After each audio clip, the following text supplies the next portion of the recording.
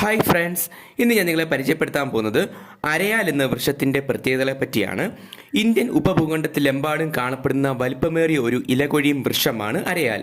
ഫിഗസ് റിലിഗ്യോസ എന്നാണ് ശാസ്ത്രനാമം. പീപ്പലം എന്നുകൂടി ഇതിന് പേരുണ്ട്. ഹിന്ദു ബുദ്ധമതങ്ങൾ പവിത്രമായി കാണുന്ന ഒരു വൃക്ഷമാണ് അരയാൽ. വളരെ കാലം ആയുസുള്ളവയാണ് ഈ മരങ്ങൾ.